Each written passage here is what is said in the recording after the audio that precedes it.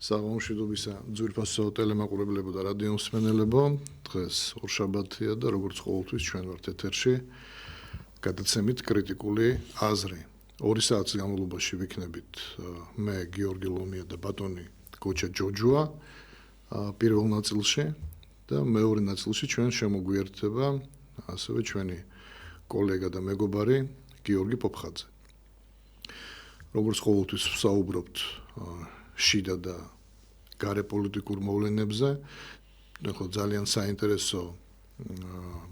საინტერესოდ ვითარდება მოვლენები ევროპაში, ამაზე მოგვიწევს საუბარი ბატონო გოჩა, იმიტომ რომ ისე თუ ასე ეს მაინც აისახება მსოფლიო პოლიტიკაზე. ყველას გონია რომ მარტო ამერიკა ახდენს გავლენას მსოფლიო პოლიტიკაზე, მაგრამ ეს ასე არ არის, მთლად მასე არ არის. ევროპაში ძლიერი ქვეყნები, ისეთი როგორც გერმანია, საფრანგეთი, იტალია, ბუნებრივია თავის გავლენას ახდენს. ჩატარდა არჩევნები გერმანიაში და გაიმარჯვა გაერთიანებამ ქრისტიან დემოკრატები და ქრისტიან სოციალისტები. ამ გაერთიანებამ გაიმარჯვა და აიღო 28 და რაღაც პროცენტი. სავარაუდოდ ახალი კანცლერი იქნება ფრიდრიხ მერცი, მაგრამ ყველა შემთხვევაში მაინც კოალიციური მთავრობა უნდა შედგეს.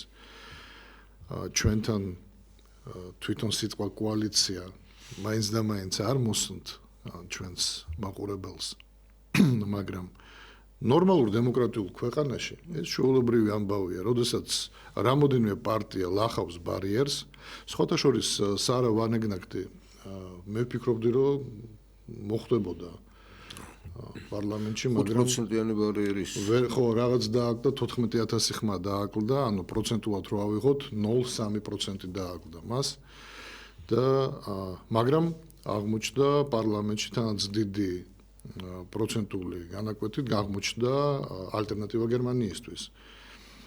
ანუ ეს უკვე ჩანს რომ თვითონ გერმანელები მემარჯვენე პარტიებზეც აკეთებენ აქცენტს.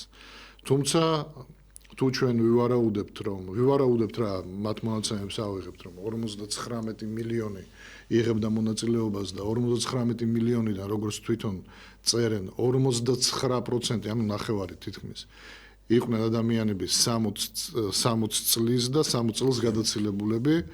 ჩვენ შეგვიძლია ვთქვათ რომ ახალგაზრდობა, მოდით ასე ვთქვათ, თუ ჩვენ შეგვიძლია ვთქვათ რომ 50 წლის და 40 წლის ხალხს ახალგაზრდები დაუძახოთ, თუმცა რატო არ უნდა დაუძახოთ ჩვენ ახალგაზრდულად ვგრძნობთ თავს. ანუ ის ნაწილი მაინც რჩება ლიბერალურ პლატფორმაზე. მაგრამ უკვე მაინც სერიოზული წინსვლა არის და რა თქმა უნდა ჩვენ ამას მივესალმებით. პროცენტული რაოდენობითაც მოსულები ადარებენ რომ 1987 წელს როცა ეს გერმანიის გაერთიანება იყო, აი ასეთი მოსულის რაოდენობა გერმანიაში კაიხანი არ ყოფილა და ძალიან მაღალი მაჩვენებელი იყო. აი თქვენი ვარაუდით მაინც თქვენ როგორ ფიქრობთ? რა შეიძლება შეიცვალოს თუნდაც თუკი ფრიდრიხ მერცი გახდება კანცლერი?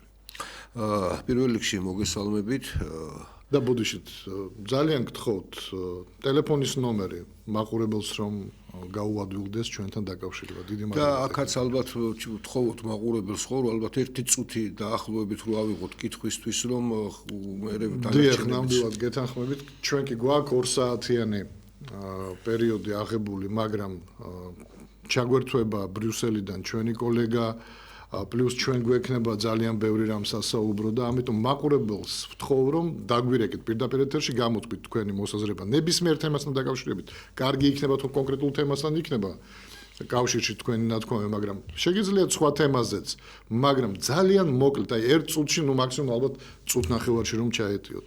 მადლობა. გააგზავნოთ ბატონო. კი ბატონო, ანუ რეალურად სწორად აღნიშნე გიორგი, ჩვენ დღევანდელ მას თუ შევხედავთ სიტუაციის განვითარებას, რაც სოფლიოში ხდება, არა თუ ევროპაში და ევროპაში ერთ-ერთი ყველაზე ძლიერი ეკონომიკი შეიძლება ითქვას, რომ ევროკავშირს ფაქტიურად უწოდებდნენ, ეს არის გერმანიის, ასე ვთქვათ, მისი მენტორობით მიდიოდა და ყველაზე ძლიერი ეკონომიკა ფაქტიურად გერმანიას აქვს.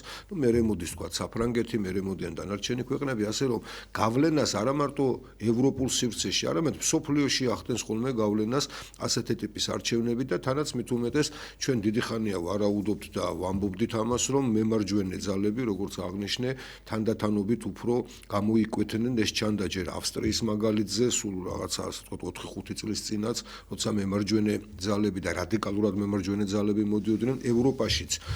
შეინიშნება ის მომენტი, რომ ნაციონალური ინტერესები დგება პირველ რიგში. ანუ თუ შევხედავთ კიდევაც ამერიკის შეერთებულ შტატებს და ხშირ შემთხვევაში ადამიანები ცდებიან ხოლმე ამბობენ, რომ ამერიკა ერი არ არის, რადგანაც იქ სხვადასხვა ეროვნებები, სხვადასხვა რელიგიები, სხვადასხვა რასის ადამიანები არიან შეკრებილი. სინამდვილეში ამერიკის შეერთებული შტატები სინამდვილეში როგორც ერი ჩამოყალიბდა, ოღონდ ეს არის კონსტიტუციური შეთანხმებით ჩამოყალიბებული ერი, რომელსაც გააჩნია თავისი ინტერესები და ამ ინტერესებს, როგორც ნაციონალური ინტერესებს, ისე მსოფლიოს წინაშე წარმოაჩენს და ეს განსაკუთრებით კარგად ჩანდა პირველი მსოფლიო ომის დროს, როდესაც ფაქტიურად ამერიკის შეერთებულმა შტატებმა უდიდესი როლი ითამაშა თავის სასარგებლოდ, რასაც პირველ მსოფლიო ომის დროს დაპირისპირებაში, მეორე მსოფლიო ომის დროს შეიძლება ითქვას, რომ გამარჯვებული, ვინც რეალურად, ეკონომიკურად, პოლიტიკურად, ფაქტიურად დამთავრდა თუ არა მეორე მსოფლიო ომი, ყველაზე ძლიერი გამოვიდა, საბჭოთა კავშირზე არ არის ლაპარაკი, მას მოუწია თავისი დანგრეული ეკონომიკის ვებერთელა ზარალი, ადამიანური რესურსის დაკარგვის ხარჯი და ერთ-ერთი უძლიერესი ქვეყანა ისიც იყო, მაგრამ ყოველ შემთხვევაში ამერიკის შეერთებულმა შტატებმა ყველაზე კარგად შეიძლება ითქვას გამოიყენა ის სიტუაცია, რომელიც ევროპის კონტინენტზე ხდებოდა ეს ომი და აქედან გამომდინარე მას ყველაზე შეიძლება ითქვას ნაკლები ზარალი ჰქონდა და ყველაზე მეტი ფინანსური მოგება. დღესაც მესამე მსოფლიო ომის მესამე ასე ვთქვათ მსოფლიო ომი არ არის, მაგრამ გაფორმებული არ არის ეს ომი, თორე რეალურად არის მართლაც უდიდესი გადანაწილება და აქაც ამერიკის შეერთებული შტატები ცდილობს მაქსიმალურად მეტი მომგებიანი სიტუაცია ჰქონდეს, თუმცა კიდევ ვამბობთ და მართალი ხარ, ევროპაში რა ხდება, ეს ჩვენს ქვეყანაზე პირდაპირ შეიძლება ითქვას, რომ გავლენას ახდენს, ისევე როგორც ნებისმიერი, თქვათ, იგივე ამერიკის შეერთებული შტატების არჩევნებზეც ვლაპარაკობდით, რომ სოფლიო ელოდება, იმიტომ რომ როგორ განვითარდება მოვლენები, ამაზე ბევრი რამე იყო დამოკიდებული და მართლაც გამოჩნდა კიდევაც. იგივე ამერიკისა და ევროპის ურთიერთობა როგორი იქნება, ამასაც ძალიან დიდი მნიშვნელობა აქვს და როგორი იქნება ეს ურთიერთობები, გინდაც უკვე როგორც ცალკე ერთეულების. თუ კი აქამდე ამერიკის შეერთებული შტატები შეიძლება ითქვას ლიდერი იყო და დასავლეთს როცა ვამბობდით, სიტყვა დასავლეთში იგულისხმებოდა მთლიანად ევროატლანტიკური სივრცე, დღესდღეობით უკვე ეს ესე არ არის. ამაზეც ხშირად გვისაუბრია და საინტერესოა სხვათა შორის ის, რომ ადამიანების ის ნაწილი, რომელიც ამბობს, რომ აი ბიძინა ივანიშვილმა ფაქტიურად შეიძლება ითქვას, რომ გაამართლა მისმა პოლიტიკამ იმაში, როდესაც ის ამბობდა, როცა უკრაინის საკითხზე იყო საუბარი, რომ ამ ომის მოგება ესე ცალსახად, რომ უკრაინა მოიგებს, რაც დასავლეთს სურდა და საქართველოშიც იყო ნაწილი პოლიტიკური ძალების, რომლებიც ამას ამბობდნენ და აი ივანიშვილი თქვათ იყო ამის მოწინააღმდეგე.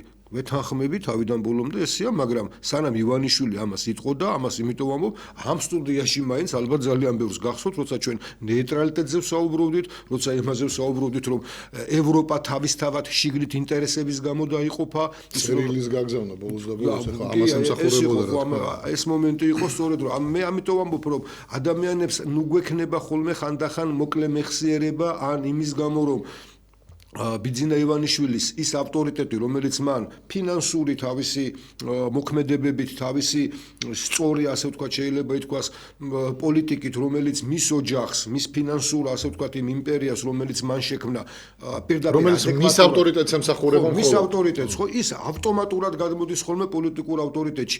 მესმის ადამიანების კიდევ არ შეიძლება რომ ეს არ შევაფასოთ, არ დავაფასოთ, მაგრამ ის, რასაც ხშირ შემთხვევაში ჩვენ ამას ვამბობდით და დღეს მივადექით ამ გზას და ის რომ ნეიტრალიტეტი დღეს გახდა ერთ-ერთი მთავარი თემა და ისეც როდესაც ვამბობდით იმას, რომ სამართლიანობის საკითხი ერთ-ერთი მთავარი საკითხი და გამსაზღვრელი საკითხი იქნება უკრაინასთან მიმართებაში, რუსეთისა და ევროპის მიმართებაში, იმიტომ რომ ხშირად ვიძახდით იმას, რომ საოკუპაციო ჯარი, სხვათა შორის პირველად ჩვენ ვამბობდით ამას, რომ თუ კი საბჭოთა კავშირის ისინი ჯარები, რომლებიც იქ იდგა საოკუპაციოდ ფასდებოდა, ასევე საოკუპაციო დღემდე წერია სხვათა შორის გაერთიანებული ერების ორგანიზაციაში, როცა გერმანიაზე მეტი საუბარი, საოკუპაციო იყო ამერიკის შეერთებული შტატების ჯარებიც, რომელიც იქ იდგა.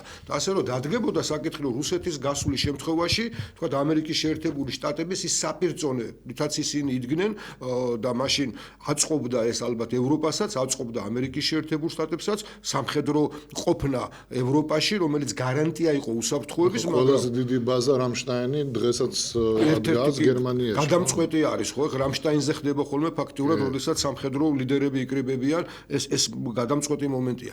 ანუ დღეს ევროპაში სიტუაცია იცვლება გერმანიის არჩევნების შეცვლის რასაკვირველია სიტუაციას, ამერიკის შეერთებულ შტატებთან ურთიერთობა როგორ დაალაგდება და ჩვენ რამდენად მზად ვიქნებით ეს მომენტია ჩვენთვის ალბათ ერთ-ერთი ყველაზე მთავარი, იმიტომ რომ როცა ამას ვამბობდით დიდ ნაწილს ეს არ ეჯერა და მაშინ რა ვიცი, მოღალატეები, პრორუსები და ნუ რას არ გვეძახდნენ, ხო? ეს ყველას გვახსოვს. კი ბატონო.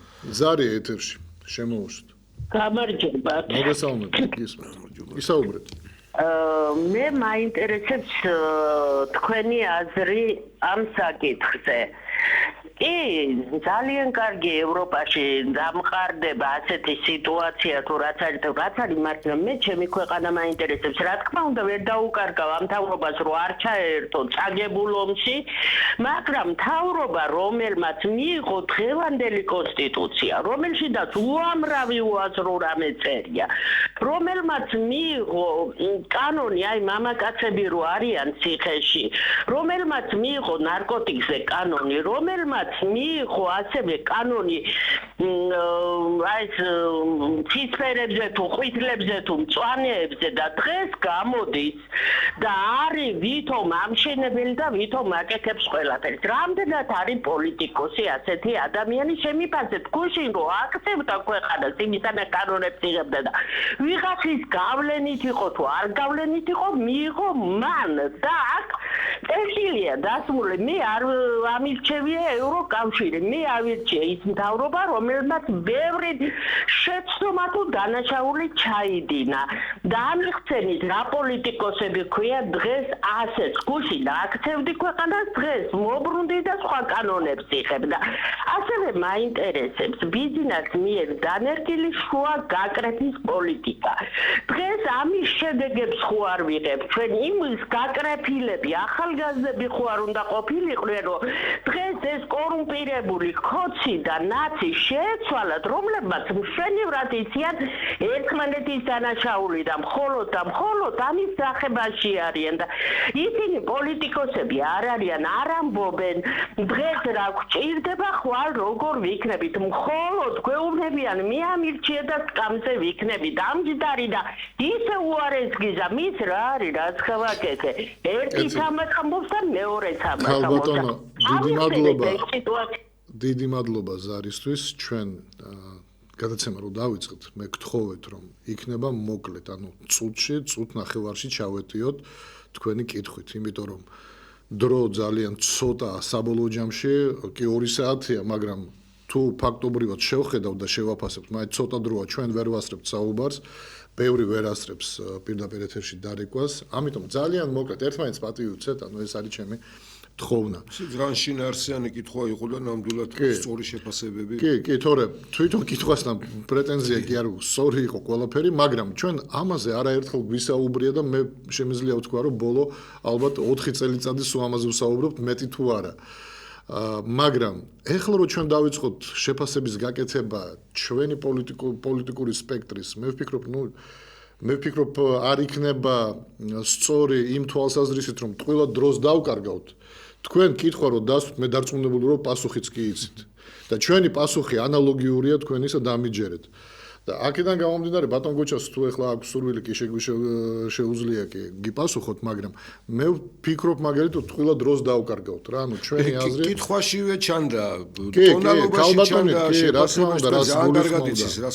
რასაკვირველია და არა ხო რა თქმა უნდა ქალბატონმა ციცის და ყველა ვინც გვირეკავს უბრალოდ დაგვირეკეთ და თქვენც შეაფასეთ ის მოვლენები რაც კი ვითარდება დღეს ევროკავშირში, ანუ კონკრეტულად გერმანიაში არჩევნების შემდეგ ხელისუფლება უმრავლესობით მოსული პოლიტიკური ძალა რამდენად მოახდენს გავლენას გუშინდელ გერმანიის პოლიტიკაზე და ხვალინდელ გერმანიის პოლიტიკაზე.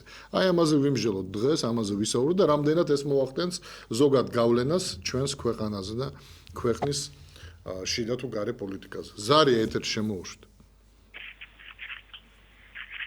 ისაუბრეთ პირდაპირ ეთერში ბრძანებით. გამარჯობა ბატონო. მოგესალმებით. გესეჩები? დიახ, ისაუბრეთ. არის დებო ჩვენი ერთული ტელემაგურებელი და ოდუსუსლე. მაგრამ პოზიტივი შესაძლოა. მაშინ ძალიან კარგი როლი საგაზრო დამოუკიდებელ მოიყო. იმით შედეგები გაზა საგაზრო საერთაშორისო უფრო უკანმის რესტორანი რადო მარაბა პარაგოს იმით შესაძლოა. კანონიერი ხელისუფლების დამხობის შემდეგ მიიღო ყველაფერი უკუობა. უცა კანონიერი ხელისუფლება დაამხეს. აიბას ნუ შეფასება მისცეს მიეცეს შეფასება. ჩვენი ისტორიკოსები ამაზე ზუმად არაფერს ლაპარაკობენ. უნდა ითქვას ამის შესახებ ყველაფერი კარგად. გაიგოს ხალხმა რა მოხდა, როგორ მოხდა. შეველაზე საქმეები დადებენ, მოყალადეები. საერთოდ ქვეყნის ხალხი ხმათარიღებელი ბაზე. აშენება რაღაცა. კარგი, დიდი მადლობა ზარისთვის, დიდი მადლობა თქვენი მოსაზრებისთვის. გავაგრძელოთ ჩვენი. კი ბატონო, საუბარი. შეფასებები რასაკვირველია, გაკეთებულია, ოღონდ ეგარი რომ ისე ემოციებით და მხოლოდ წარსულზე ლაპარაკით, თუ კი არ გადავდგავთ ნაბიჯებს, ჩვენ ახლა ვსაუბრობთ აი გერმანიაში, რომელმაც ფაქტიურად იცვლება თუ არა ის მიდგომა, რაც იყო მანამდე და რაც ჰქონდა შოლცს. რატომ ამბობს ხო, აი ჩვენ საუბრობდით კიდევაც სანამ ასე ვთქვათ ეთერში გავიდოდით, რომ ერთ-ერთი პირობა, რომელსაც აყენებს ფაქტურად გამარჯვებული პოლიტიკური ძალა, ოღონდ ეს გამარჯვებული პოლიტიკური ძალა ტრადიციულად გერმანიაში შესაძლებელი სულ კოალიციური მთავრობებია. ქრისტიან დემოკრატებიც მერკელიც როცა იყო რამოდენიმეჯერ მოუწია მას ყოფნა ყველაზე მაქსიმუმი რასაც იღებდა მაქსიმუმი აღებული ჰქონდა 30%-მდე. დღეს ისიც არ არის ხო, აღებული უფრო ნაკლებია, მაგრამ სხვასთან ერთად გავაკეთებ, თქვა სოციალ-დემოკრატებთან, ვინც იყო ხელისუფლებაში, ოღონდ პირდაპირ აყენებს პირობას იმისი, რომ შოლცი არ უნდა იყოს მთავრობაში, იმიტომ რომ მისი პასუხისგებლობა, ესაც ქალბატონი ამბობდა, რაღაც გარკვეულება ხოლმე, რასაკვირველია, პოლიტიკოსები ცვლიან, იმიტომ რომ იცვლება რეალობა და პოლიტიკოსი ცვლის თავის დამოკიდებულებას, მაგრამ პასუხისგებლობას არ გაურბია. სანამ გააგრძელებ გოჩა, იყო განხილული ალტერნატივა გერმანიისთვის, მათთანაც კოალიციური ერთობა იყო განხილული, მაგრამ მერცმა პირდაპირ თქვა, ხო, ანუ რომ მათთან არა, იმიტომ რომ ჩვენი ხედვა რუსეთთან და უკრაინასთან დაკავშირებით რადიკალურად განსხვავდება. ანუ ამ კონკრეტულ საკითხში ფრიდრიხ მერცი და შოლცი ერთ საკითხზე თანხმდებიან, რომ უკრაინას უნდა გაუგრძელდეს დახმარება, უკრაინა არ უნდა მიატოვო მარტო და რუსეთის მიმართებაში უფრო მეტად ლოიალობა არ არის საჭირო, ვიდრე ვთქვათ არსებობს დღეს. ანუ ფრიდრიხ მერცი თუ კი გახდება კანცლერი, ამ კუთხით არ იცვლება, მაგრამ მან თქვა, რომ თუნდაც იგივე ევროკავშირიდან გასვლა. ანუ ესეთ საკითხებზე, რაც ალტერნატიულ გერმანიასაც აქვს. ხო, ანუ ამ რაღაც საკითხებში თანხმდებიან, მაგრამ კოალიციაში მათთან არ შედის. თუმცა განიხილავს კოალიციას, როგორც თქვენ ბრძანეთ, შოლცის გარეშე ყოფილ სახელმწიფო პარტიასთან. კი ბატონო. თუმცა მოდი აქაც შევხედოთ, ერთია ხოლმე დამოკიდებულება შენ რას ფიქრობ, როცა მოდიხარ ხელისუფლებაში, მეორეა რა გამოგდის, ესეც ბუნებრივი არის, ხო? აქედან გამომდინარე, არავინ არ ვიცით ჯერჯერობით, როგორ განვითარდება იქაც ურთიერთობები და ყველაზე მთავარი რაც არის. მე მესმის იმ გერმანელების, რომლებიც ამბობენ იმას, რომ რუსეთთან დამოკიდებულება გამომდინარე იქედან, აქ ჩვეულებრივი რამეა, გამომდინარე იქედან, რომ ისინი თვლიან, რომ მათთვის მაინც მოწინააღმდეგე რუსეთია და ალტერნატივა გერმანიისთვის თulis, რომ რუსეთთან და თან აღმოსავლეთ გერმანიაში, სადაც სხვათა შორის ყოფილი GDR-ს, რასაც ვეძახდით, ხო, გერმანიის დემოკრატიული რესპუბლიკა, სადაც იყო, ძირითადად იქ გაიმარჯვა. კი, ყველგან გაიმარჯვა თითქმის. კი, და ის ასე ვთქვათ, ის რეგიონი განსაკუთრებით არის, ასე ვთქვათ, ამ შემთხვევაში პრორუსულზე არ არის საუბარი. მე უფრო ვფიქრობ, რომ თანდათანობით ალბათ ჩდება იმ რეალობის აღქმა, რომელი რეალობაც შეიძლება სასურველი ერთია და მეორეა რეალობა. ანუ უფრო რაციონალიზმი ალბათ. რაციონალიზმი, იმიტომ რომ როგორ არის ჩვენ ამ შემთხვევაში, როცა ჩვენ იგივე რუსეთთან საუბრობდით, საინტერესო იყო, ხო, ჩვენ პრორუსობას გვაბრალებდნენ ის ადამიანები, რომლებიც ერთის მხრივ ისტორიულად იმას შევებოდნენ, რა ქვია, რუსეთთან დამოკიდებულებაში და საომარ მდგომარეობაში აგვისტოს ომში რომ შეგვიყვანეს, ვერ აიცილეს ეს ეს ომი და შევიდნენ ამ მდგომარეობაში, გვეუბნებოდნენ პრორუსულობას ის ადამიანები, რომლებმაც ფაქტიურად მერე რუსეთს დაუთმეს სტრატეგიული ობიექტები, როდესაც მათთან ურთიერთობაში უკვე იძულებული გახდნენ, რომ მთელი რიგი ეროვნული ინტერესების ფასად რაღაცა დაეთმოთ. რასაც დღესდღეობით ომის მიერ დათმობა ერთია, მაგრამ როცა ყიდი, ამას გამყიდველობა კი, ეს უკვე გამყიდველობა გაყიდეს. კი, ზარია და მოდით მაშინ მე გავაგრძელებ. ზარია, შემოუშვით. ისაუბრეთ, ეთერში ბრძანდებით, ისაუბრეთ. მე დიახ, თქვენ ქალბატონო ისაუბრეთ. აი რა მაინტერესებს. გამარჯობათ. მოგესალმებით. ისა რა მაინტერესებს სააკაშვილის დროს სააკაშვილმა რუსეთს დაუთმოს ყველა რაც აუცილებელი იყო ჩვენი ცხოვრებისთვის. სტრატეგიული ობიექტები, კი ბატონო. დიახ, სტრატეგიული ობიექტები. აი რა უნდათ ამ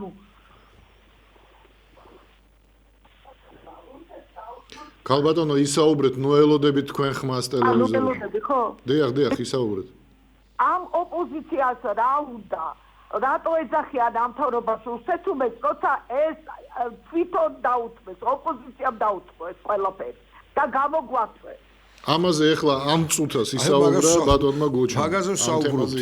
კი ბატონო და თანაც ერთი რამეა, რატომ ეძახიან რუსეთს? მოდით ახლა ამასაც შევხედოთ, ხო? რუსეთს. უყურეთ უკრაინას დავეხმარეთ ომში? არა, მოდით ჩვენც ვეცადოთ, რომ იცით რა, მხარეებად კი არ გადავიქცეთ. ობიექტურობის მომენტი შევინარჩუნოთ, მაქსიმალურად ადამიანისთვის ძნელია, რომ ობიექტური იყოს, ყველა ადამიანი სუბიექტურები ვართ. აი მე და გიორგიც კი რაღაცა შეიძლება ვთანხმდებოდეთ, საერთო პოზიციები გქონდეს, მაგრამ რაღაცა შეიძლება განსხვავებული და ბუნებრივია. თქვენთანაც იგივე მომენტია. მე მინდა უბრალოდ თქვენ დაიმახსოვროთ ერთი რაღაცა, რომ აი ეცადეთ თქვენი ემოციური მომენტი, რომ ვიღაცა მოგწონთ, ან ვიღაცა არ მოგწონთ, ეს მოქმედებს მე მთლიანობაში არჩევანის გაკეთებაზე, როცა რაღაცას ვაფასებთ. აი წარმოიდგინეთ, რატომ ეძახიან, ახლა მე გეტყვით ერთ რამეს. ეს ხელისუფლება ფაქტიურად იჭრის ყველა გზას დასავლეთთან იმის გამო, რომ ხელისუფლება და ძალაუფლება არ დაკარგოს, თორე არა იმიტომ, რომ პოლიტიკური რაღაცა მდგენელი არსებობს. ძალაუფლების დაკარგვას ფაქტიურად აი წინა იმან თქვა კიდევაც, რომ კონსტიტუციაში როდესაც შეიტანა ნატო, რომელიც ახლა უკვე იშლება და ჩვენ რო ამაზე ვლაპარაკობდით, ეღიმებოდა ხალხს, რომ ეს ალბათ შეიძლება შორეულ მომავალში იყოს. დღეს უკვე ეს საკითხი დგას, რომ ნატო შეიძლება ხვალ ამერიკის შეერთებული შტატების ქვედა, რომელიც მთავარი დონორია. მან თქვას უარი ამაზე და თვითონ ის გავიდეს. ამისი დიდი შანსებია, ხო? ასევე შეიძლება ევროკავშირი დაიშალოს. ამ ხელისუფლებამ შეიტანა კონსტიტუციაში ის, რაც ფაქტიურად მაშინ ფიქრობდა, რომ დასავლეთი ამას დაუფასებდა და ფაქტურად თვალებს დახუჭავდა ყველაფერზე. ყველაფერზე იგულისხმება სასამართლო რეფორმაზე. იგულისხმება თვითმმართველობის რეალურ თვითმმართველობას, რომელიც ამ ქვეყანაში არ არის, კანონმდებლობის ანტიკორუფციულ, ასე ვთქვათ, გამართვაზე, ანუ მთელი რიგი საკითხები, რომელიც მართლაც ქვეყნისთვის არის საჭირო. ამაზე ფაქტიურად ეს რომ არ გაეკეთებინა, ამ ხელისუფლებამ აიღო და გადაბრალება მოახდინა მხოლოდ ერთ რამეზე, რაც ძალიან მტკივნეული, ძალიან სენსიტიური, ხო ესე ქვია, გრძნობიარე იყო ჩვენი ხალხისთვის. თითქოს დასავლეთი მარტო ამ LGBT თემაზე გველაპარაკებოდა. თითქოს დასავლეთი მარტო ამას, ასე ვთქვათ, გვაწვებოდა და გვეუბნებოდა ეს უნდა გააკეთოთო. და რეალურად ეს ხელისუფლება ცდილობდა ერთ რამეს, ძალაუფლების შენარჩუნებას, რომელიც ბოლო არჩევნებზეც კი გამოჩნდა, რომ ეს ესე იყო. იმიტომ რომ მან გააყალბა არჩევნები და ადამიანები ამბობენ, რომ აი თქვენ შემთხვევაში გააყალბა პატრიოტებს და ალტინფოს გაუყალბა და იმათ არ გაუყალბა არჩევნები. თუ გააყალბა და ყველასთვის გააყალბდა. ამაზე ხომ თანხმდებით, არ შეიძლება რაღაცა ნაწილი გაყალბებულიყო. ეს ხელისუფლება ცდილობს ეხლაც, რომ თუ კი ჩაიჭრა დასავლეთთან ურთიერთობა და ჩვენ რას ვამბობდით, რატო ვიძახდით ნეიტრალიტეტს? ჩვენ ვამბობდით, რომ რუსეთის ხარჯზე, ანუ რუსეთთან დაპირისპირებით, დასავლეთთან ურთიერთობების ასე ეს ინფორმით შელამაზება და თითქოს თავის მოწონება დაწოლა ბოლომდე, აგერ კონსტიტუციაში შეტანაც კი არ მოიტანდა ქვეყნისთვის კარგს არაფერს. ისევე როგორც საპირისპირო მიმართულებით. ეხლა დასავლეთთან დაპირისპირება და რუსეთთან დარჩენა, მის სივრცესთან დარჩენა, ეკონომიკურ სივრცეზეა ლაპარაკი, პოლიტიკურ სივრცეზეა ლაპარაკი და ისე რომ დასავლეთთან სიტუაცია გავაფუჭოთ, ასევე წამგებიანია ამ ქვეყნისთვის, ხო? ჩვენ გვაქვს რაღაც გარკვეული მონაპოვარი და ძირითადში თითქოს და ივანიშვილი რასაც რომელსაც ამბობს სუვერენიტეტი. რა არის სუვერენიტეტი? სუვერენიტეტს განსაზღვრავს შენი ეკონომიკური მდგომარეობა და შენი პოლიტიკური მდგომარეობა. და როდესაც შენ რომელიმე მხარეს და ჩვენ ვართ ისეთ გეოგრაფიას თუ შევხედავთ, ჩვენ ვართ ფაქტიურად ცენტრში, სადაც დასავლეთის, აღმოსავლეთის, სამხრეთის ყველას ინტერესი იკვეთება. ამიტომ როცა ერთ მხარეს ზედმეტად ერთი მხარესკენ გადაიხრები, ანუ მეორესთან ისე დაძაბავ, რომ შენ გამოსავალი არ გექნება, მხოლოდ და მხოლოდ ერთ ქვეყანასთან, ერთ სივრცესთან მოგიწევს მარტო ურთიერთობა, რასაკვირველია დაზიანდება ჩვენი სუვერენიტეტი. ამიტომ ეძახიან ისინი ამათ პრორუსულებს, თორე რუსეთთანაც რომ არაფერი გარკვეული ამ ხელისუფლებას არ აქვს, ესეც ხომ ჩანს, იმიტომ რომ რეალურად ვერ შევძელით სიტუაციის დალაგება. 3+3 დღემდე ცოტა ხანი თუ კი ბოდიში ვუხდი რა ქვია ზარი და ხედავ ამას, მაგრამ 3+3-ზე ჩვენ როდის ვლაპარაკობდით? ჯერ 3+3 ფორმულაც კი არ იყო, როდესაც დაახლოებით ამ მონახას ვამბობდით, რომ მოდით ხომ არ შეიძლება ჩვენ გავხდეთ ინიციატორები იმისი, რომ რეგიონის პრობლემების მოგვარებისთვის დავიწყოთ ურთიერთობა რუსეთთან, აღვადგინოთ დიპლომატიური ურთიერთობა, რაც არ ნიშნავდა იმას, რომ დასავლეთთან ურთიერთობას გავაფუჭებდით, რაც არ ნიშნავდა იმას, რომ სტრატეგიულ პარტნიორს, როგორც ამერიკის შეერთებული შტატებია, რომელიც ისეთივე მკაცრი პარტნიორია როგორც რუსეთი. და ეს გამოჩნდა კიდევაც, ხო, უკრაინასთან მიმართებაში ამერიკის შეერთებულ შტატებს თავისი ინტერესები აქვს. ისევე როგორც რუსეთს თავისი ინტერესები აქვს, ისინი ჩვენ მხარეს კი არ იქნებიან. არის ერთი ნაწილი, რომელსაც ძალიან უხაროდა რუსეთი, აი წაიქცევა, ჩამოიშლება, რაღაც ზღაპრებში იყო ამ პროპაგანდისტულმა იმან მართლა რომ დაიჯერეს ეს ყველაფერი და მეორე მხარეს ისე უხარიათ კიდევ რომ აგერ უკრაინა წააგებს, დასავლეთი წააგებს, ეს ხო შენზე მოქმედებს. ჩვენი მთელი ასე ვთქვათ არსი იმაშია, რომ ეს ბალანსი შევინარჩუნოთ, ისტორიულადაც ასე ვიყავით. დასავლეთსა და აღმოსავლეთს შორის, ან როცა მარტო აღმოსავლურ სივრცეში ვიყავით, ოსმალეთსა და ირანს შორის ურთიერთობები, თუ ბიზანტია არსებობდა და ბიზანტია სანამ იყო, მათ შორის ურთიერთობები როგორ უნდა დალაგებულიყო, ამის ხარჯზე ვინარჩუნებდით სუვერენიტეტს. და დღესაც ეს უნდა გავაგრძელოთ. დღეს თუ ჩვენ რომელიმე მხარეს ზედმეტად გადავიხრებით, აღმოჩნდებით, რომ ჩვენი სუვერენიტეტი პირიქით უფრო მოგვაკლდება და ნაკლებად გვექნება საშუალება იმისი, რომ ჩვენს ხალხს მოვახმაროთ ის, რაც 30 წლის განმავლობაში ვერც ერთმა ხელისუფლებამ ვერ შეძლო, რომ სოციალური პაკეტი ისეთი ყოფილიყო ქვეყანაში, რომ დამოუკიდებლობის შემთხვევაში საბჭოთა კავშირზე უკეთესად უნდა გვეცხოვრა, ამას ვფიქრობდით ჩვენ. და დღეს ეს ვერ მივიღეთ. ისა მოკლედ რომ ვთქვა, გოჩა. როგორ გითხრა, ფორმულა რო გამოვიყვანოთ. როდესაც ხდები მხარე მაგალითად რომელიმე ორ ძალთა ბალანს შორის, ხო? შენ ცდილობ რომ ბალანსი დაიჭირო, მაგრამ ვერ იჭერ ბალანს და ან ერთი ძალის მხარეს გადაიხრები, ან მეორე ძალის მხარეს ფორმულა რო ავიღოთ.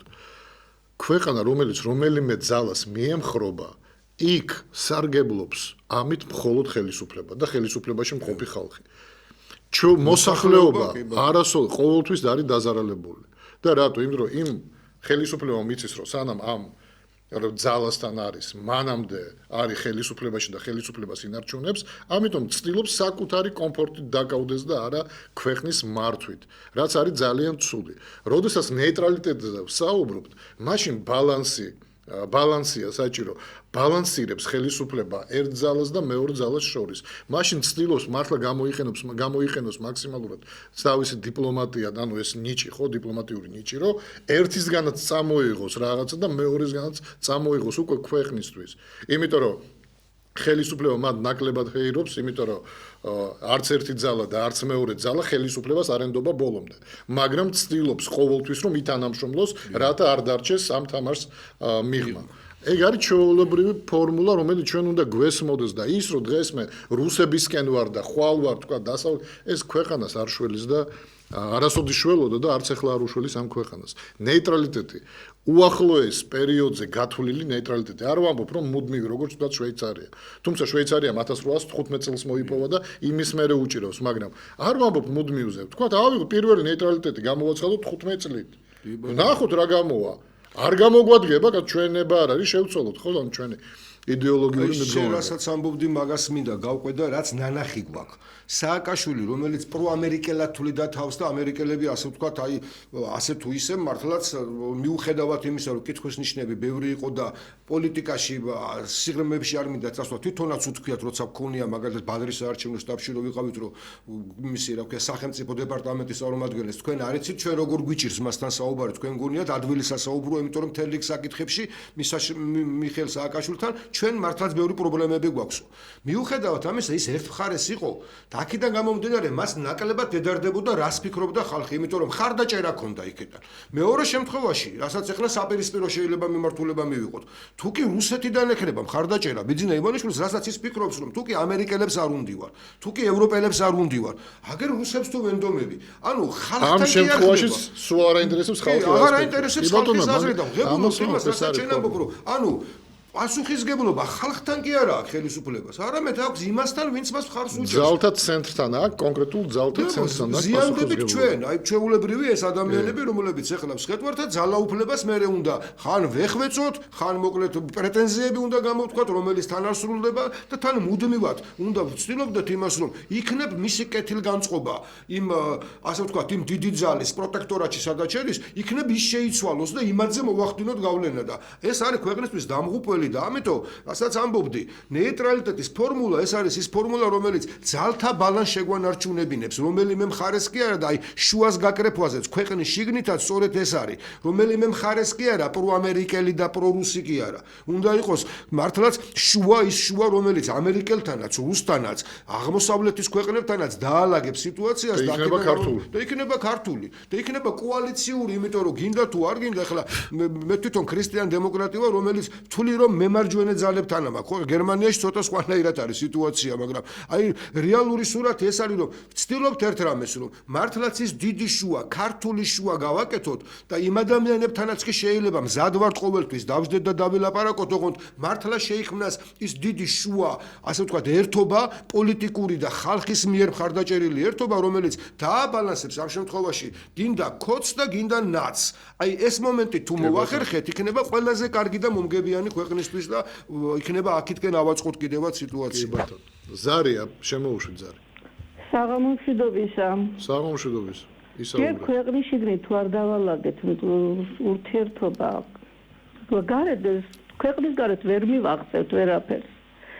აი ახლა საპარლამენტო საგამომძიებლო კომისია რო შეიქმნა. ძალიან სასაცილო მდგომარეობაში არიან. არ ვიცი, აი იმ კითხვებზე რაც ითისმება 20 წელიწადია უკვე ნებისმიერი ქართველი პასუხს ითხოვს უკვე ამდენი ხანია. მაგრამ რატომღაც ოცნებას 12 წლის თავზე გაუჩნდა ამის სურვილი, რომ გაეცა პასუხები ამ კითხვაზე. მაგრამ დღეს ამაზე საუბარი არ მინდა, უფრო მინდა ყურადღება გავამახვილო, აი, როდესაც საარჩევნო კომისიებზე ლაპარაკობდნენ, საარჩევნო პერიოდზე ლაპარაკობდნენ. თურმე ნაცებს საარჩევნო ყუთებში არჩევნების დროს ბიულეტინების რაოდენობა არ ემთხვევა არჩევნებზე მისული ამომრჩეველთა რაოდენობას. თურმე სვანეთში რომ ნაცების წარმომადგენელს გაემარჯვა 3000 ჯარისკაცი შეიყვანეს. აი ამაზეა ნათქვამი, ჩემი შენ გითხარი და გული მოგიკალიო. ასეთი შემთხვევები ოცნებასაც ხო ქონდა და უფრო მეტიც. ახლა თქვენაც აღნიშნეთ, საკომისიო წევრები კომისიის წევრები ჩამოართვეს პატრიოტებს, გააუქმეს პარტიები. ეს ხო არჩევნების გაყალბების ყველაზე უმაღლესი ფორმა არის. და აი ამაზე რა პასუხი უნდა გავქცეს ოცნებამ? აი ძალიან მაინტერესებს მე. თუ კი თვითონ ასეთი დანაშაული აქვს ჩადენილი, სხვისგან რა პასუხს ითხოვს? აი ხალხი უნდა მიხვდეთ იმას, რომ მთავრობა, რომელიც კანონს არ იცავს, არ არის ღირსი იმისი რომ იყოს ქვეყნის სათავეში და აი ოცნების ამომრჩევლებს მიმართავ ვინც იძახის რომ ოცნებას მხოლოდ იმიტომ ვაძლევ ხმას რომ როგორმე ნაცები მოვიშოროთ ეს არ მოხდება რადგანაც ისინი ერთმანეთს ასულდგმულებენ და თუ ჩვენ სხვა ძალა არ მოვიყვანეთ ქვეყნის სათავეში ჩემთვის პირადად მაგალითად ეს ძალა პატრიოტთა ალიანსია და აი მე მინდა თქვენ დაგისვათ ახლა შეკითხვა აი ესეთი კითხვა თქვენ შეძლებთ რომ მოხვიდეთ მე კი ვიცი 100% დარწმუნებული ვარ ამაში უკვე მე თქვენი მხარდამჭერი ვარ თქვენი პარტიის ჩამოყალიბების პირველი დღეებიდანვე და აი მე მინდა რომ ხალხს უთხრათ რომ თქვენ რომ მოხვალთ ქვეყნის სათავეში შეძლებთ საქართველოს ამ წუპიდან ამოყვანას და შეძლებთ რომ ქართველებს დაუბრუნოთ და ქვეყანას დაუბრუნოთ ღირსება კარგად გრძანდებოდეთ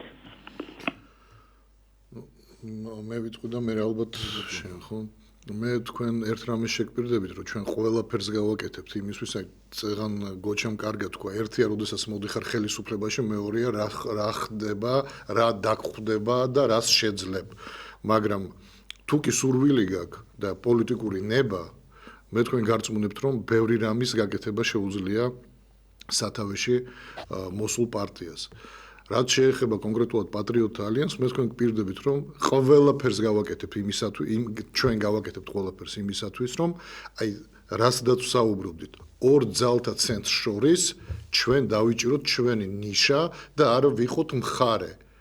რაც საქართველოს ყველაფერში გამოადგება. რაც შეეხება ურთიერთობას პარტიებთან, ჩვენ არა გვაქვს იმის არც სურვილი შინაგანი, როგორც ზოგიერთ პარტიის ლიდერებს, რომ მარტო ჩვენ ვიყოთ და არა, პირიქით, ჩვენ ვამბობთ, რომ იყოს ის კოალიციური შემადგენლობა პარლამენტში, იმიტომ რომ ადამიანები, რომლებიც პარტიას, თუნდაც 3%-იან პარტიას რო აძლევენ ხმას, ეს ხო დაახლოებით 40,000 ხმა არის. ამ 40,000 ადამიანმა რატომ არ უნდა იყოლიოს წარმომადგენელი პარლამენტში? ისმის კითხვა. ჩვენ საერთოდ ბუნებრივ ბარიერზე ვსაუბრობდით. გახსოვს ხო მე მგონი, რომ ბუნებრივ ბარიერზე ვსაუბრობთ. და საქმითაც გიორგი ყოველთვის პატრიოტთა ალიანსზე როცა ახლა მე მესმის რომ ჩემთვის უფრო ადვილია ლაპარაკი ვიდრე როცა საკუთარ პარტიაზე ლაპარაკობ. პირველ შემთხვევაში იყო და ბლოკი იყო 6 პოლიტიკური პარტია ფაქტიურად რომელთაც იმის საშუალება მიეცით რომ მათ ელემენტარულად პოლიტიკური ცხოვრება ეწარმოებინათ, ხო, თავის დროზე. შემდგომაც ეხლაც ღებულობდა ფაქტიურად ბლოკი იყო, რომელიც ამ პლატფორმაზე იყო გაერთიანებული. ანუ რისი თქმა მინდა ამითი, რომ პატრიოტთა ალიანსი ორიენტირებული არა იმაზე, რომ ვიწრო პარტიულ იმას ჩაიკეტოს. შეიძლება განსხვავებული ბევრ რაღაცაში კიდე გეუბნებით, ვკამათობთ კიდევაც. იგივე ალტინფოსთან ბევრ რაღაცაში ვკამათობდით, რაღაცეებში ვერ თანხმდებოდით კიდევაც, მაგრამ იყო რაღაცა მთავარი საკითხები, რომელზედაც აი ვცდილობდით ერთ რამეს. ის რასაც თქვენ თქვით, ხალხთან დამოკიდებულებაში და პოლიტიკოსი, რომელიც ამბობს და თქვენ ხშირად გაგიგეთ 1%-იანი პოლიტიკური პარტია, 1%-იანი კი არა. ერთი ადამიანის აზრი უნდა გაითვალისწინო და 1% ცოტაა იმისთვის, რომ მისი აზრი გაითვალისწინო. ან 2 მილიონიდან 20,000 კაცი. 20,000 კაცის აზრის გათვალისწინება არ გინდა და მე შენ ამბობ, რომ მე თურმე ადამიანების რა ვქო, ბედით ვარ დაინტერესებული. თითეულ ადამიანზე უნდა დავიდეს. მე ხშირად ვამბობ იმას, რომ პირდაპირ პროგრამული ნაწილი გქონდა. აი სხვათა შორის არჩევნების დროს ნაკლებად აქცევენ ყურადღებას, იმიტომ რომ ძირთადად უფრო დაძაბული არის ხოლმე ადამიანი, ვინ რას იტყვის, უფრო იმას ხედავს, რა ქვია, აქტიურ ქმედებებს და ჭხუბს და იმას აგვირდება და არა იმას, როცა პროგრამულ ნაწილზეა ლაპარაკი. რა პროგრამები გქონდა, ხო? რასაც ვამბობდით, რომ როგორ შეიძლება იმ ბიუჯეტის, რომელიც საერთო სახალხო სიკეთეა, როგორ უნდა მიმართო, ოჯახური ბიზნესები როგორ უნდა წამოწიო, როგორ უნდა მიცი ადამიანს იმის საშუალება, რომ მან თავის რეალიზაცია მოახდინოს, საშუალო ფენის ჩამოყალიბება, ეს არის ერთ-ერთი მთავარი საკითხი. თუ ჩვენ ლაპარაკობთ იმაზე, რომ ქვეყანა დემოკრატიული უნდა იყოს, ადამიანების უფლება დაცული უნდა იყოს, საშუალო ფენა უნდა იყოს, ხო? თორე აბა მონა როგორ შეიძლება ადამიანს არჩევნებს ვატარებთ ქვეყანაში, სადაც ჩვენ გვყავს 600,000 კაცი, რომელიც სოციალურად პირდაპირ დაკიდებულია ხელისუფლებაზე მათ მიერ მიცემულ ფულზე. იქ არჩევნები ვერ ჩატარდება. ადამიანებს რომლებსაც ვებერთელა პრობლემები აქვს, ბანკის ვალები აქვს, საჭმელს ხვალ იშოვის თუ არა არიცის, უმუშევრობა და ასეთ სიტუაციაში ვატარებთ არჩევნებს, ექსტრემში ვატარებთ არჩევნებს. ის ალტერნატიული პასპორტები რო რიგდება, ხო იცი? ანუ ადამიანი თავისი რწმენიდან გამომდინარე არიღებს იმ ჩიპიან პასპორტს. ეხლა ეს მისი ნება, რომელიც კონსტიტუციით არის დაცული, ხო? ანუ მისი უფლება, რომელიც კონსტიტუციით დაცულია. ასეთი ადამიანი არის დაახლოებით 20,000, შეიძლება მეტიც. და ამ ადამიანებს ამ ალტერნატიული პასპორტით არჩევნებში მონაწილეობის უფლება არ აქვს. არ მისცეს. არ მისცეს, ეხლა მithumე ელექტრონული იმით როცა მეც გეტყვი. აი ახლა წეღან კი არა და ბოდიში ერთი კვირის წინ მამა უნდა მირეკა ერთი რაიონიდან და მითხრა რომ პენსიას ვერ იღებს ამ საბუთს. ახლა საოცრებაა ხო ხა? ისმის კითხვა, ეგ საბუთი რისთვის არის? ანუ სახელმწიფო გაძლევს შენ საბუთს, თუ რამეს დააშავებ, ამ საბუთი დაგაჯარიმებს, მაგრამ პენსიას ვერ იღებ და არჩევნებში მონაწილეობას ვერ იღებ. ისმის კითხვა რას აკეთებთ ხალხმა? ან ნორმალურ სახელმწიფოში მსგავსი რამე ვიმეს გაუგია საერთოდ? ასეთი დაჩაგურა ადამიანის 20,000 კაცი მინიმუმ ახლა მე არ ვიცი ზუსტად 20,000-ზე მეტი შეიძლება იყოს, მაგრამ 20,000 აბუ 10,000 აიღე კაცო. 10 ადამიანის რო იყოს რა. რა თქმა უნდა, მოქალაქეა შენი სახელმწიფოში მაცხოვრებელი მოქალაქე და შენს მოქალაქეს ასე ექცევი? მაშინ ისმის კითხვა, რატო უნდა გვიკვირდეს ჩვენ, რომ პენსიონერებს სხვანაირად ექცევიან ცუდად კიდე, ვეტერანებს ცუდად ექცევიან, რატო? ნუ ახლა თუ არსებობს რაღაც სოციალური ჯგუფი, რომელსაც შეიძლება ცუდად მოექცე, ესე იგი არსებობს სხვა სოციალური ჯგუფებიც, რომელთანაც ანალოგიურად შეიძლება ცუდად მოექცე. და მორჩა. და ეს არის მიდგომა ხელისუფლების. აი ჩვენი მიდგომა არის სხვანაირი. არც ერთ ადამიანს არ უნდა მოექცე ცუდად. ყველა მოქალაქეს უნდა მოექცე ისე, როგორც საჭიროა იმისათვის, რომ მან იგრძნოს ადამიანად თავი. ელემენტარულია ეს ყველაფერი. და ამისთვის ბოდიში დღეს რომ კლანური სისტემა არსებობს, ხო, ანუ რაღაც დიდი ბიზნესები რო ითრავენ პატარა ბიზნესებს და რაღაც ბევრი მიმართულების საერთოდ ნაციონალიზაცია უნდა მოხდეს. და პირველი უნდა დაიწყოს ნავთობის ბიზნესი, ნავთობის ბიზნესიდან.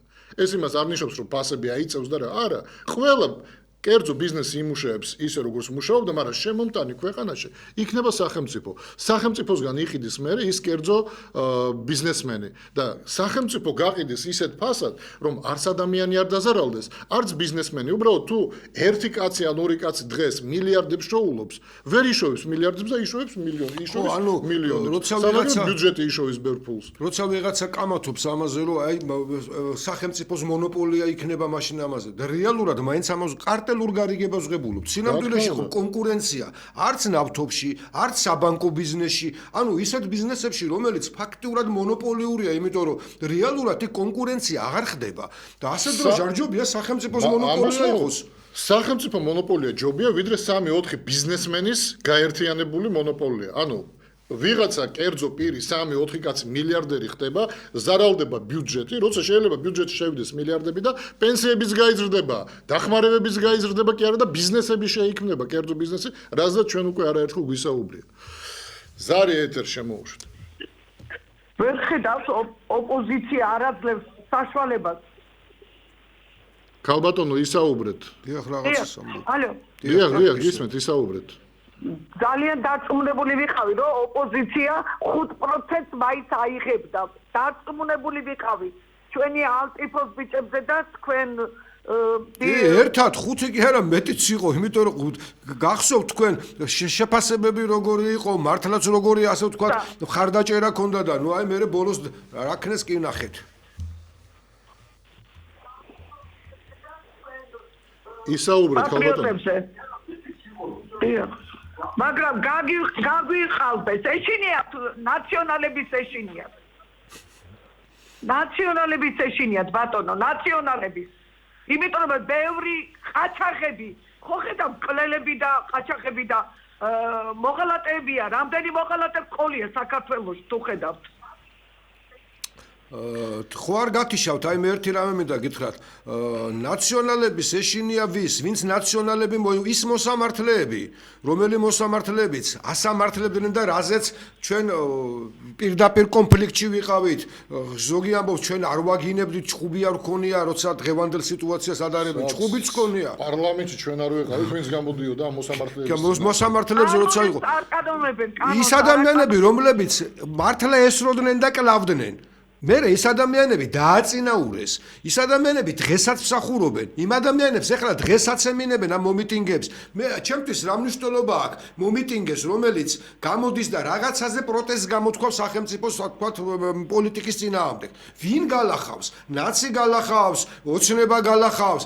ეს დამოკიდებულება რო არ იყოს რა, არაკანონიერი ქმედება არ იყოს, ამისთვის ვიბრძოდით ჩვენ და ის ადამიანები დატოვეს, დააწინაურეს, პირიქით მეტი საშუალება მიცეს და ისინი დღესაც ფიქრობენ, რომ ხვალ რო ხელისუფლება მოვა, ჩვენ ისევ დავჭირდებით, იმიტომ რომ ნებისმიერ ხელისუფლებას ჭირდება ძალოვანი სტრუქტურა, რომელიც დასჯის, დაამტვრევს, ხმას არ ამოაღებინებს ადამიანს და ეს თუ არ შევცვალეთ, ხო, არაფერი არ გამოვა. ამიტომ ხშირად, როდესაც ჩვენ ვიცავთ ხოლმე და ვამბობთ, რომ არ შეიძლება მომიტინგეს იმ ადამიანს, რომელიც დღეს გამოდის, მიუხედავად იმისა, მე მომწონს თუ არ მომწონს მისი აზრი. შეიძლება სრულიად განსხვავებული საწინააღმდეგო მქონდეს, მაგრამ მასთან მოქცევა სახელმწიფომ, ეს ხომ კანონში უნდა იყოს. აი ქალბატონი ამის წინ ამბობდა. ჩემთვის მთავარი ერთი რამეა, დაწერილი კანონი ჯერ როგორი იქნება, ესეც გასამართია და ვლაპარაკობდით რეგულაცია როგორი იქნება და მეორე, ადამიანი ამ კანონს უნდა ასრულებდეს, არ შეიძლება კანონი ვიღაცაზე მუშაობდეს და ვიღაცაზე არა. ამას უნდა მივახციოთ. მე მინდა ხელისუფალი, რომელიც კანონს ასრულებს, კანონი განსაზღვრავს, სტანდარტს განსაზღვრავს. აი ამ სტანდარტში ჯდება, თორე ვიღაცას ეპატიება, იმიტომ რომ მახსოვს კაცო შევარდნაძე იმხელა ფიგურა იყო, რომ ის ვერ ჯდებოდა კანონში. მერე სააკაშვილი ვერ ჯდებოდა კანონში. ეხლა ივანიშვილი ვერ ჯდება კანონში. არ შეიძლება ასეთი მიდგომა. კანონი ყველასთვის კანონი უნდა იყოს. არ შეიძლება ვიღაცისთვის კანონი მუშაობდეს და ვიღაცისთვის კანონი პირიქით. ხელის შეწყობის საშუალება იყოს და კორუფციის საშუალება იყოს.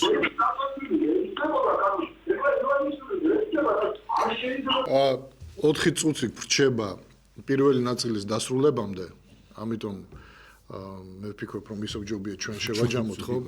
უბრალოდ ზარები ახლა არ შემოუშვათ. ჩვენ ერთ რამეს უნდა ხვდებოდეთ და სანამ ვერ მიხვდებით, მანამდე არაფერი არ გვეშველება. როგორც ამბობ, რომ აი სტანდარტი, ორმაგის, სამაგის სტანდარტი ქვეყანაში თუ მუშაობს, მან სამართლიანობა არასოდეს არ იქნება მაღალ ხარისხში აყვანილი. გამორიცხულია უბრალოდ, ხო? ანუ ერთი დააკავეს, იმიტომ რომ დაარღვია კანონი, მეორეს იგივე დარღვევაზე არ აკავებენ, იმიტომ რომ ვიღაც სახლობელია, ან პოზიცია ხელისუფლების მიმართ უფრო ლოიალურია ვიდრე იმას, ვინც დააკავეს. სანამ კანონი მუშაობს და ამ კანონს ასრულებენ, მანამდე ქვეყანას ქვია დემოკრატიული ქვეყანა. როდესაც კანონი უკვე არის, ესე ვთქვათ, შერჩევითი ფორმით მუშაობს, ერთზე მუშაობს, მეორეზე არ მუშაობს, მაშინ ჩვენ ვსაუბრობთ დიქტატურაზე, ვსაუბრობთ დიქტატურაზე, ტირანიაზე. ტირანი და დიქტატორი ვინ არის? ანუ მისი კლანი ყოველთვის დაცულია, დანარჩენი ყველა, ვინც მის წინააღმდეგ გამოდის, ყველა არის მიუღებელი. ხან დააკავებენ, ხან ზოგიერთს მოკლავენ, ზოგიერთს რაღაც და ასე შემდეგ. მადლობა ღმერთს, ჯერჯერობით ქუჩაში ისე არ ცხრილავენ და არ კლავენ ხალხს, როგორც კლავდნენ, თქვათ, ნაციონალური მოძრაობის დროს. მაგრამ უკვე იმის ნიშნები ჩვენ დავინახეთ, თუნდაც აქციის დარბევის დროს, რომ ეს ძალადობა, რომლის წინააღმდეგაც ჩვენ გამოდიოდით და რასაც ვეწინააღმდეგებოდით ჩვენ სააკაშვილის მმართველობის პერიოდში, ამ ძალადობას ვეწინააღმდეგებთ ახლა და ეს ნიშანი მე მაგალითად მაშინებს, რომ შეიძლება ხვალ ზეგ ჩვენ უკვე მართლა ქუჩაში, აი როგორც თავის დროს ცხრილავდა სააკაშვილი, სპეცოპერაციებს ატარებდა, ეს ხო ძალის დემონსტრირება იყო. შეიძლება ეს ხელისუფლებაც გადავიდეს ამ ურთიერთობის ფორმაზე საზოგადოებასთან და მე რა ვშვებით ჩვენ. მე ისევ ვამბობთ, რომ აი სააკაშვილის დროს ხო ხდებოდა ეგეთ რაღაც. შედარება არ უნდა მოახდინო. ანუ ადამიანებს უბრალოდ თუნდაც იგივე ოცნების მაყურებელს თუ მხარდამჭერებს ვეუბნები. ნუ ვადარებთ, კაცო, ოცნებას და ნაცმოძრაობას. ნაცმოძრაობა ცუდი, ამაზე არ ვსაუბრობდა. ამიტომაც ჩვენ ყველანი ვებრძოდით ნაცმოძრაობას, ამიტომ ნუ ვადარებთ ნაცმოძრაობასთან. დღეს რასაც ჩადის ქართული ოცნება, მოგწონს თუ არა, ამაზე ვისაუბროთ. კი ნუ შევადარებთ ვინმეს პოლ-პოტის რეჟიმს ნუ ვადარებთ ჩვენ ახლა და რა ვიცი კიდე რომელიმე ვინ უფრო მეტად ხომეცუდი იყო და ის უფრო საშინელი იყო და ეს ნაკლებად თუ მიუღებელია თუ მისაღებია შევთანხმდით რომ მისაღებია და მორჩა ბატონო, იმიტომ რომ რა არიცით, აი ისევ იმამდე მივდივართ. რეალურად დღეს რაზეც დგას ქართული ოცნება სინამდვილეში.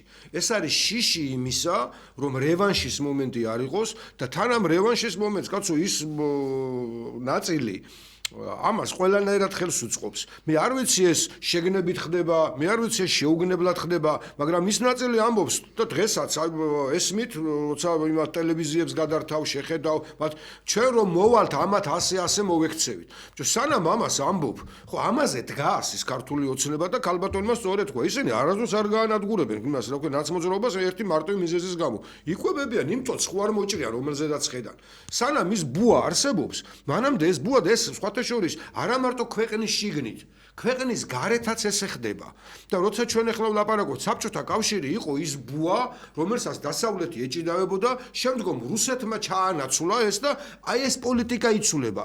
დასავლეთისთვის აუცილებელი იყო, ანუ იმ პოლიტიკოსებისთვის, რომლებიც მანამდე ხელისუფლებებში იყვნენ, აუცილებელი იყო რუსეთი როგორც ბუა, როგორც ნაცმოძრაობა ჭირდება. დღევანდელ ხელისუფლებას ზუსტად ესე ჭირდებოდა დასავლეთს რუსეთი როგორც ბუა და ამას სულის ტრამპი და ამბობს რომ არა ეს დამოკიდებულება საბოლოო ჯამში იქამდე მივიდა რომ ჩემი ქვეყნის ეკონომიკა აღმოჩნდა უფრო მძიმე მდგომარეობაში და საფრთხის ქვეშ არის ხო ფაქტიურად და თანაც თქვენ რომლებიც ამბობდით რომ ჩვენ რუსეთს დავამარცხებთ აი 4 წლის განმავლობაში გიყურეთ ხო ბაიდენის ხელისუფლებას და მეუნებოდით რაც ეჯერათ აქ ქართველები იმასაც კაცო მედასავლეთეებსაც რომლებიც ამბობდნენ რომ თქვენ ახლა ნახავთ უკრაინა როგორ წარმატებით დაამარცხებს რა ქვია რუსეთს თქვენ ახლა ნახავთ როგორ ჩამოინგრევა სანქციების გამო რუსულ ეკონომიკა და შიგნით მოხდება გადატრიალება ცოტა ხანში პუტინს და ამხობენ და ეს ყველაფერი 4 წლის განმავლობაში მივიდა იქამდე რომ რუსეთი უფრო ძლიერია დღეს ვიდრე იყო ომის დაწყების წინ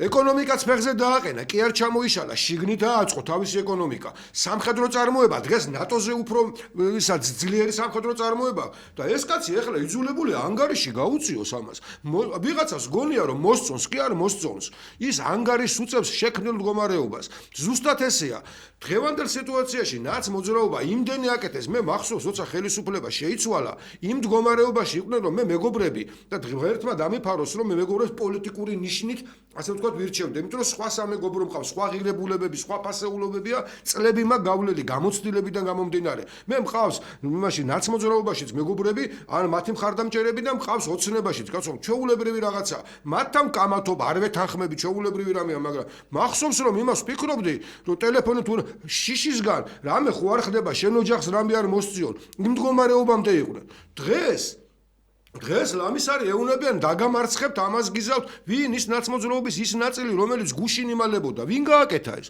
ქართულმა ოცნებამ რატომ გააკეთა იმ მარტივი მიზეზით რაც ახლა ვთქვით მას აუცილებლად ჭირდება ბუა რომელი ბუაც კვებავს მას და ხალხის დიდი ნაწილის დღესდღეობით ისევ იძულებულია და ამას გეუნებიან კი ბატონო მომწონ ხართ ყველაფერი მაგრამ აი თქვენ ვერ შეძლებთ მის შეკავებას და ამიტომ ქართულ ოცნებას ვაძლევ ხმას ეს თუ არ დავამთავრეთ ეს მუდმივად ასე ვიცხოვრებთ მაშინ მუდმივად ეს მთავრდება გარეთ ჩვენ ხედავთ რომ ამერიკის შეერთებულ შტატებში და ევროპაში ეს იცვლება და ეს სიტუაცია შეცვლის ბევრ რაღაცას ზუსტად ასევე ჩვენ ქვეყნის შიგნითაც უნდა შევცვალოთ და ქვეყნის შიგნითაც უნდა მოვახერხოთ არავითარი რევანში არ უნდა დავუშვათ არც ერთი მხარის რევანში ამ თემაზე ჩვენ მეორე ნაწილში ვისაუბროთ იმიტომ რომ ჩვენი დრო ამოიწურა პირველი ნაწილის დრო ამოიწურა მეგობრებო ჩვენ შევხვდებით რეკლამის და ნიუსების შემდეგ დროებით